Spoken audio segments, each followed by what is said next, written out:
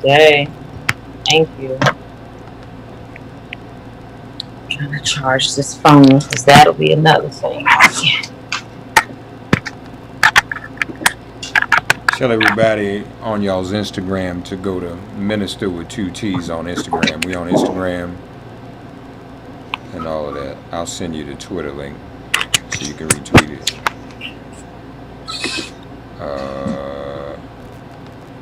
Boom, we here. All right, folks. This is your brother here, Mark Thompson. We in the Bronx. Tamika Mallory is here in the Bronx. We all here, and we doing a rally for our brother Michael Blake, who is running for Congress. Election day is tomorrow in New York. We know how important voting is. If you have your absentee ballot or not, you got to vote. You got an absentee ballot, mail it in. If you go into the polls, get out to the polls and vote. Want to say what's up to the candidate, have him say something, but then we're going to give it right to Tamika because she's out here doing a lot of stuff. She's only got a few minutes with us. But folks, the candidate is here, your brother and mine, Michael Blake. Mike, what's up, man? MT, always good to be with you, my brother. Yes, sir. And I appreciate you, King, for everything that you do. Tamika, always love and appreciate you and your post earlier today. Everybody, first and foremost, we've done the show with Mark before, but Michael Blake, candidate for Congress, running here in the South Bronx, New York 15. A district that's home for me. I grew up Creston and Burnside. I always remind people that. Pearson and I 118 in Clinton, and I'm here in the office right now, as you can see, as people are walking by, and we've never had this kind of moment before. We've never elected a black Congress member from the Bronx. We've never been in a moment where you got coronavirus and police brutality and public health and all these things at the same time. And we trying to show people what's possible when you believe, and that's our whole vision, believe in the BX. And when you wake up on Tuesday, June 23rd, there's 12 people running for this race, but let me make it real plain. You have 15 members of Congress who've endorsed us. You have more than 40 elected officials who've endorsed me. I have more Latino elected officials than the other 11 candidates combined.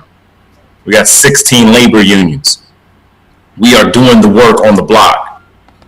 And this is about reminding people, all the work we've been doing from the time of President Obama to the time in the Assembly for repealing 58, My Brother's Keeper, to $100 million for NYCHA, that if you're serious about making changes, we got to make sure we make it happen in Washington. So I'll make it real plain. I know we're going to be rapping throughout tonight. I'm the fifth name on the ballot, but this is all about believe. You believe that it shouldn't be easier to have unleaded gas than lead-free paint. If you believe that you should have a book in your book bag and not be arrested for a dime bag, if you believe your block won't block your blessing, your zip code won't deny your destiny, that's why I'm coming to you tonight. And there's an energy on the ground, Mark and Tamika, that is real. We're knocking on doors. I am personally knocking on doors. I'm being safe, just so you're clear. We on brand. We got the mask out here, right? And I saw your commercial. You were the one that helped me with the food. You were the one that helped my kid get into that summer program, right? I saw you at the protest. I seen you out there. We show up on Tuesday. I'm winning. Right. But I want to be real clear about this, everybody, because I know a lot of folks have been doing absentee ballots. On Tuesday, you got two different ways you can vote. You can go to your polling place, but you can find at vote.nyc. Or if you have received a ballot, and some of you may receive it in the morning, as long as you postmark it June 23rd, as long as you sign it, that ballot counts. So it's important. You have no excuse, everybody, to get in the game and be a part of the game. And again, if you believe, I'm asking you to believe in me. All right, my brother. Appreciate you, man. We're gonna go to the sister real quick because I know she's got to run. Tamika Mallory, the woman of the hour, the woman of the month. Red Table Talk, Beyonce. Oh no. Mark, What are you talking about? I'm Uh, regular old Tamika from the Bronx, from the Bronx, and from the that's why you block. on Red Table Talk and Beyonce's new song. Michael, you heard the new Beyonce song when she's They in it? How many people out here I'm talking to, they out here like, yeah, that's real cool. But isn't Tamika Mallory your friend? She was the one That's that right. Beyonce just shouted out. Like they didn't even care. Yeah, the election, that's real cute. But that's your friend, right? That's the one Beyonce was talking about, right? Yeah. So yeah. I gave a speech on Friday, and it was like, you know, Tamika. Mark Then nobody hear Thompson nothing I telling said lies. after that. It was like, when can you get Tamika here? So Man, oh Mark, them people didn't text me. So I know I'm working anyway, on it. Yeah, okay. we're gonna get together. So let me just say that I'm tired because we're working on all cylinders Braids look between tight though. the elections that we support in New York, of which Michael Blake is on the top of my list. He's my good friend and brother, and I got a lot of good friends and brothers that I don't support when they run for office or when they step out and say they want to be a leader because I know they're not ready. I know they don't have what it takes to do those things, and I have no problem saying that I think that you need a little more development or a little more work in the community or whatever. And every people who know me, they know that because folks did that for me. So I'm not trying to, sit here as if I'm in some ivory tower looking down, but I just understand the importance of, as a good friend and also a person who knows where this movement is heading and where we need to get as a people of knowing that even though you may be my friend, it does not necessarily mean that we should be pushing you to a place in a leadership position, especially sending you to Congress where you got to go fight for real for our rights. Um, in this moment when we are dealing with a man in the White House that I mean, I listened to Trump's speech, and Mark, we haven't had a chance to talk about it yet. I debrief with you on a regular basis every night almost on different things. You're my advisor, and you help me to think through. And what I know for sure is that Trump's dog whistles at that rally were extremely dangerous. I mean, he said some things that I didn't even think he would go as far as he went. But I'm really concerned. So when I think of Michael Blake going to Congress, I know how important it is, especially when I think about the fact that there are two people, particularly that a lot of folks are looking at in the race, that are very Trump-like in their rhetoric and Right. also their lack of concern for particular issues. One person is that of Ruben Diaz, Senior. And people know, again, back to the friendship thing for me. Like, I'm just trying to let it be known that I keep it 100 all the time because Ruben Jr. is my good friend. I love him dearly, just like I love Blake. But I have to be honest in saying that his father he's problematic. The homophobia has been real. Whack. And when we as people of color understand the fight that we're up against, and I'll say this for anybody, I argue with some of the people around me on a regular basis that we can't fight oppression and then participate in it at the same time. We've got to be for everyone's rights. And I've heard Senior say some things that I think are, it's extremely problematic, and it makes it difficult for us to make the case because, again, as a regular citizen, you can, pretty much, I would hope you wouldn't, but you can pretty much say and feel however you want, but you can't go to Congress and represent the people of the Bronx that way. So that for me is pretty dangerous. And then, of course, Richie Torres. Criminal justice reform is the number one issue. I wrote a letter today. I sent the link to Michael Blake, and he wrote me back, what are you talking about? When did this happen? Like, we didn't have a chance to discuss it beforehand, but I wanted to write a letter. The letter was both Connie, Constance, y'all, I know her as Connie, Ramarley Graham's mother. She and I wrote the letter together. She called me and said, hey, Tamika, we got to do something because this guy, Richie Torres, every time we went to him to talk to him about, different legislative pieces that we wanted to get passed in New York State around police reform, he was either nowhere on the issue or he was a major issue. He was in the way. you know. And so she's like, this can't happen. So I sat down, the two of us worked together all day today to put together a letter where we're saying that Richie Torres is not going to support us. And when we're looking at a moment in history when the issue of criminal justice is center stage and we could potentially make some real changes, we need people that have been with us in the trenches, Mark. Right. You know, that's what we need. We need people that have already been with us, that know the issues. They don't got to learn it on the fly. It's not a trend. It's not what you use, as he did in an ad, to make people assume that you stand with our communities. We need people with a track record of being there. And so, you know, we're organizing on all cylinders, but I think it's also important that I and others let the people of the Bronx understand that Michael Blake has been with us, not just in conversation, not just behind the scenes, but publicly on the front lines with us around police reform. And trust me, we ask him to do difficult shit. Sometimes we call him and say, yo, Mike, we need you on this thing. And he's like, damn, you know, like, really? Like, you know, y'all always calling me with some mess. But in the end, he's always chose the right side. He's always with us. And when he's not, it's principled, you know. And Michael, I just want to say that when you're not with us, it's been principled and you've had the right conversations. And even though I still don't agree and I'm still mad at you for at least two things, but I understand that we're not always going to be together, but we're always going to be authentic, and that's it. So my brother, my son, who is a big supporter of Michael Blake's, and they argue back and forth also about, you know, whether or not Michael agrees with some of the different things. But when my son talks to people that are on the ground in the community on a regular basis, that's what he does. He's more on the, I like to say all the time, my son talks to the people you don't see outside in the day. They don't come out in the daytime. And those are the people that we're going for. Those are the people we're trying to help.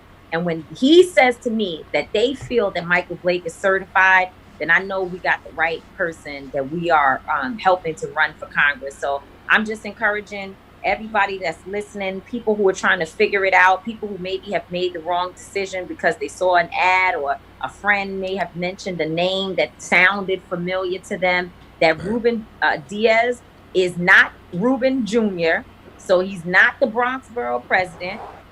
Know that. That's important. He is Ruben Sr., and there is a difference. And also to know that Richie Torres has not been our friend at all. If you trust me, you believe in me, and you know that I've been out here on the ground, know that Richie Torres has not been our friend on our issues. All right. Tamika, we thank you. I know you gotta run off, and I know you headed to Louisville, I think, right? I'm headed to Louisville, and behind me, which I never let people see crazy stuff in my house, is the merch store, which is not even a store because we're giving it all out for free. But I'm literally getting ready to get off so my son can walk back into the frame and help me to organize sweatsuits and hats and things that we're giving out to people in Louisville for Breonna Taylor on Thursday, June 25th, Thursday, 11 a.m. We're going to Frankfort, Kentucky, to stand for Breonna Taylor, who was murdered by police while in her home sleeping, and still there's been no justice for Breonna Taylor. Sleeping while black. That's right. Mm-hmm. All right, Tamika. Before she goes, you want to say anything to Tamika, Mike? Well, first, I'm hoping that Tamika either early voted or is going to do absentee voting. I want to make sure that. I voted on yesterday. You know. Okay. All right. Okay. Yeah. Look, I tell her this privately, if I'm going to say it publicly. Tamika Mallory is the civil rights leader of this time. Whatever. Period. Period. You know what? It's such a leaderful and we gotta. It's a leaderful movement, Michael. There's a lot of leaders out here. It is. But let's be clear, as people of faith, and MT, I think you can rock with me. There were multiple disciples, yes, but there is still a leader. Yeah. Yeah. There is still a leader. Like we got to understand. But that. you know, we got to understand. But you know what it is. When we see all this. And, you know, I mean, it is easy for this to morph into a rally for Tamika, but we want people y'all vote for Mike. But let me tell you why Mike's saying what he's saying. True leadership is organic, and it rises to the top. It's not somebody aspiring always to leadership. I'm going to be the leader. I'm going to be the person in charge and all that kind of stuff. And Tamika, so this is the first time that people are realizing the importance of black women in this process. And black women were never allowed to be leaders in the civil rights movement. And not just any black leader. Tamika is from the community. She's genuine and authentic. So that's what's up. You know, that's just, and ain't nothing you can do about it, Tamika. So I appreciate that. But tonight is about Michael Blake for Congress. Yeah. And Michael, we can't hear you because you're on mute. You got to learn how to work your dial-up telephone on Zoom. No.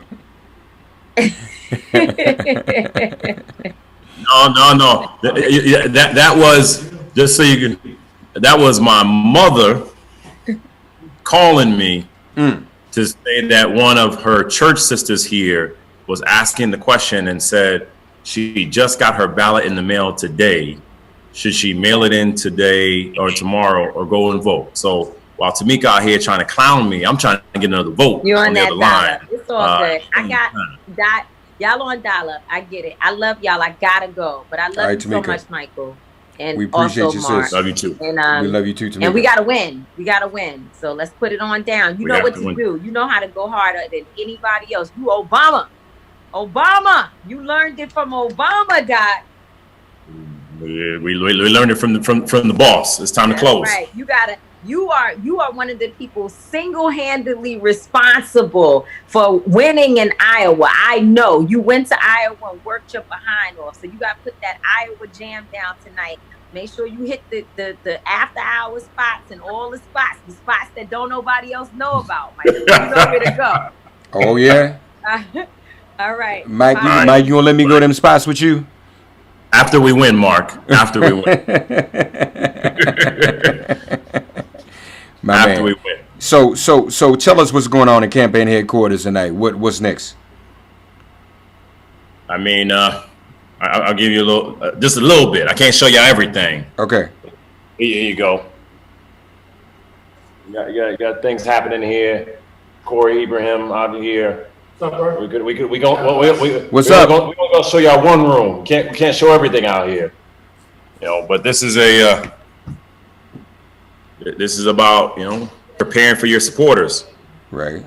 And making sure the supporters are aware, everything they need, where do they vote, time, everything like that.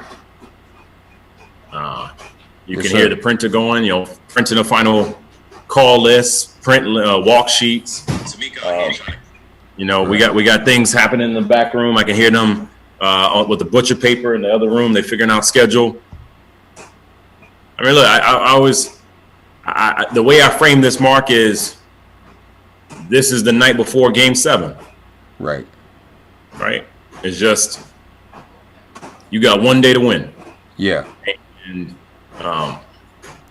you know, the open question will be around absentee votes, because there's a lot of ballots that's out there that you just don't know what's going to happen with that.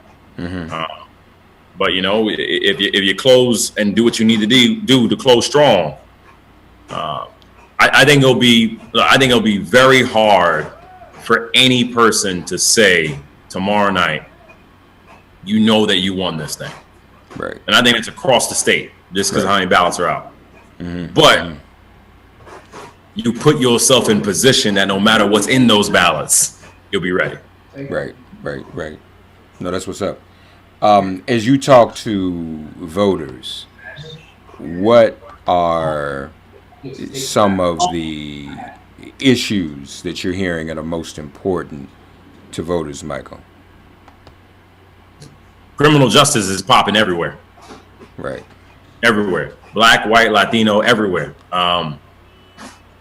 And you have a combination. You have people who are saying, I saw you at the marches. You have others who are just like, does this matter? Does it matter who we elect? Because things don't seem to be changing enough. Mm-hmm. Before all of this, Mark, of course, coronavirus is top of mind. And before that, it was probably housing, overwhelmingly, especially in the southern part of the district. A lot of people are concerned by the water, gentrification, displacement. How do we make sure we keep our homes? Central part of the district, public housing, NYCHA, right? Northern part of the district, homeowners, a lot of homeowners. Mm-hmm. And we are in a moment now where this is a 68 moment. Yeah. This is where people, they're voting for something bigger. They're not just voting because they feel like it's a civic duty. They're voting on some this is survival mode. Right. And so we're hearing that. I'm hearing that at the doors. We're hearing it on the phones. It does not hurt, Mark, that I am an alumni of President Obama. Right. And you can make the very clear contrast of you have one person who worked for the president for 6 years. You have someone in Ruben Diaz Sr. who is an active Trump supporter. And you have someone in Richie Torres who repeatedly flip-flops and lies on criminal justice. I mean, the fact that you had, I think it was 12 or 13 families do a joint letter together saying under no circumstance can you vote for Richie Torres. Mm-hmm. Mm-hmm. Major. So that's what we're hearing. That's what we're hearing. Surprisingly, Mark, I'll say, with this being the poorest congressional district, and it's probably because of what's all been happening, there's not been a lot of prompted conversation from voters around jobs and how you're going to create these jobs. I bring it up about here's my vision, what we want to do. We want to talk about neighborhood-based income. We want to talk about an entrepreneur bill of rights. We want to talk about what we're doing for housing, all these different pieces. But I think the last month, it's tonight only makes 4 weeks since we saw the video of George Floyd. It has shifted everything dramatically. And look, it's not lost to me. I think there's some people that are going to be voting tomorrow that we might have won them over just because of the consistency of what I've done on criminal justice. Okay. Yeah.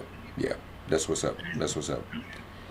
Michael Blake, folks, here with us. We want to make sure that each and every one of you is in touch with your loved ones. If you don't live in the South Bronx, get in touch with your loved ones and ask them to vote for Michael Blake for Congress tomorrow. We need Michael Blake in Congress. We do not need any of these other jokers in Congress, because really, that's not going to do nothing but mess up the Congress anyway. And we don't need those kind of distractions. Ruben is off the chain. I mean, he acts like a black Donald Trump. We don't need that. So if we come out and vote, and for those of you watching all on the social media, whatever, get in touch with your sisters and brothers in the South Bronx and tell them to vote for Michael Blake. That's what we need. And let me make this as plain as I can. Come on, bro. You got 12 people on the ballot. Ruben Diaz Sr. I want to be very clear because he's on the ballot as Ruben Diaz. Ruben Diaz Sr. is anti-choice, anti-gay marriage, anti-black, said that sexual harassment is a compliment, said that he prays for Donald Trump. When asked if he would decide between Trump and Biden, his answer said he didn't know yet. So just put that there. Flip side, Richie Torres. Richie Torres endorsed Tish James and then endorsed Zephyr Teachout in the exact same race because he thought it was convenient for the progressives. Richie Torres went after Shola Olatoye when she ran NYCHA, but he was silent when Vito said that the black people in the Melrose houses can handle that. Richie Torres flipped on the Right to Know Act, which all the criminal justice families that have been impacted said very clearly, when you think about who they chose, he chose to be with the police over the people. Richie Torres took money from a man who sided with the KKK over a black woman in Senate leadership, Andrea Stewart Cousins. So just so we're very clear, there's a dramatic difference between me and the others. Right. And I'm coming to you as the most qualified person in this race, given my White House experience, the only one who has a plan of action, jobs and justice, as I talked through in terms of policy, with the overwhelming support of our labor unions and members of Congress. And I make this real plain for everybody in the Bronx. If someone wasn't rocking with you in the last 3 months during the pandemic, why should you trust them now? That's right. That's about right.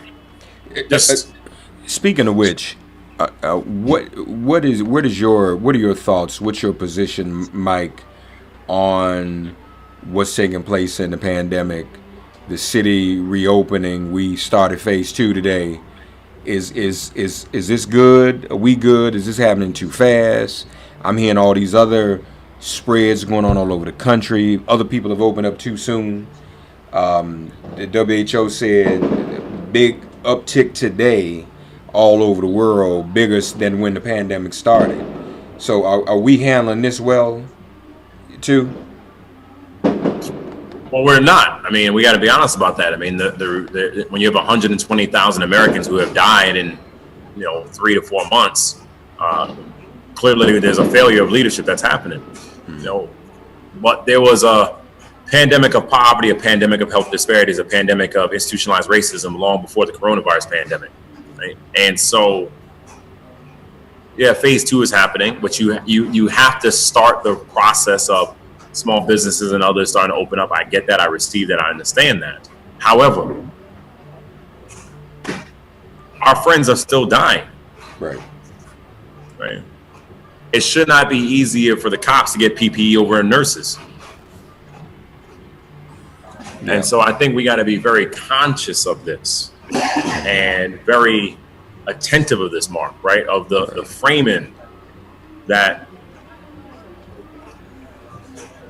Florida, what we're seeing in the South, the massive upticks. My mom was in Florida. She came back up to New York. Good Jamaican mom came back up here right now. Right.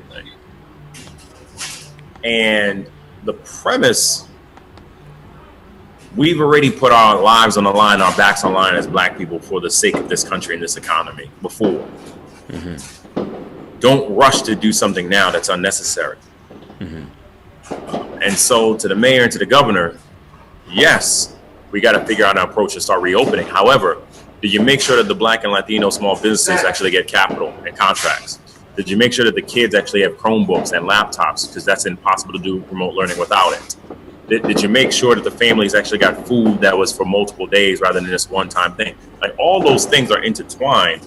And lastly, to our healthcare heroes, to our labor unions, to our essential workers, to our frontline workers. So many of them got sick and lost their lives because so many Black and brown people became union members because that's the economic opportunity afforded to us. But then they were the ones who kept going out to help protect us. 1199, 32BJ, DC 37, the nurses, the transit workers, carpenters, the painters, everybody. And so we come here with the understanding it is not worth rushing to open up a business. If it's going to lead to you rushing, open up a castle. Mike, some people are already commenting in the stream about this noise behind me. What are your thoughts about on these fireworks? I've been hearing, reading some stuff about that, how this is some type of undercover operation, and that kids are being given these very expensive fireworks, some even by firefighters, NYPD firefighters themselves, to cause just some type of flashbang disruption in our communities. What if anything, do you know about that? So I think there's 2 core elements. I think one, you can't keep people cooped up in the house for months and then be surprised that they try and get outside. Right. It's impossible to keep saying have social distancing when you got 6 people in the crib. Right. But 2, it is almost a social rebellion happening right now. I can never tell you I remember ever having fireworks pop off every single day. Right. Every single day for hours. Yeah, I mean, I don't know anybody that patriotic. So it really does feel as if this is some sort of a sending of a message. Right? And that's real. That's real. You got to send a message to get people's attention. And maybe it's getting the attention of all of us to say, well, you know what? If we can't sleep because it's hot in our cribs, we can't sleep because we ain't got no jobs, we can't sleep because our school's not right, maybe we're going to pop those fireworks so you can't sleep. Right. This is not just some casual thing that's happening. It is clear and obvious to me that people are trying to find new ways to get us to all pay attention. Yeah, yeah. Mike, closing thoughts, brother. Make the case, make the argument right here, right now before we go, as to why it is so important people get out and vote for Mike Blake for Congress tomorrow. I'm from this community, born and raised. PS 79 118 DeWitt Clinton. You know, Mark, we've talked about some of this before, right? Like this is home for me. Yes, sir. You know, my daddy was a janitor at St. Barnabas Hospital, 1199 member. My mother worked in manufacturing for 40 years. She raised 4 boys. I'm coming to you as someone who overcame a heart murmur when I was born and overcame a near fatal car accident in 2001 when I fell asleep at the wheel. And overcame police brutality in high school and overcame police brutality as an elected official. I'm not coming to you on some theoretical conversation. I'm coming to you on something that I've seen and I've experienced and I've endured, and this is real for me. And we are in a transformational moment right now. Do we want to remind people that we believe? We believe that this is bigger than what we've seen before. We believe we can do something different. We believe in the BX. And I am tired of people saying that this is the poor congressional district. I'm tired of them saying that we're not getting opportunities. I'm tired of people disrespecting us. When you're asking me, why am I asking for your vote? Just trust my heart. Trust my consistency. Look at what I've done. When I worked for President Obama, started the Urban Entrepreneurship Program, helping 7 places around the country, including the Bronx.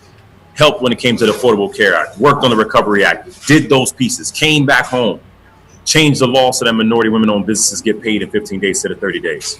Helped change the law so we can have open discovery so that you actually know what the prosecution has on you. Co-sponsored the repeal of 58. Those are the kinds of things we have been doing. But now, as you have seen over the last 3 months, what happens when Washington doesn't give a damn about you? You need to ask yourself, who is ready on day one to represent us? Right. And so for the people of the Bronx, if you believe that it's time for us to win, that it's time for us to finally get what we deserve at a higher level and to change the game, I'm asking you to vote for me, Michael Blake. I'm the 5th name on the ballot. And it's time for us to bring this home. You know, I'd be incredibly honored to be your member of Congress, only if you believe. Folks, that's Michael Blake. Blake for Congress.nyc. Tell everyone you know to vote for our brother on tomorrow. If you got an absentee ballot, mail it in by tomorrow. Go to the polls tomorrow, whatever you got to do. If you don't live in the Bronx, let people know. This is our brother. We want to support him. This is what it's all about. We can't just protest. We got to vote too. We can't just be in the streets. We got to vote too. Right. So folks, please, ma'am, please, sir, spread the word. Michael, thank you, brother. Proud of you. We're going to be with you tomorrow, man. Okay? Thank you. Appreciate that. And for anyone trying to figure out where to go, vote.nyc, all across New York State. Vote.nyc. Have your voice heard. Let's go, everybody. Vote.nyc. Michael Blake, y'all.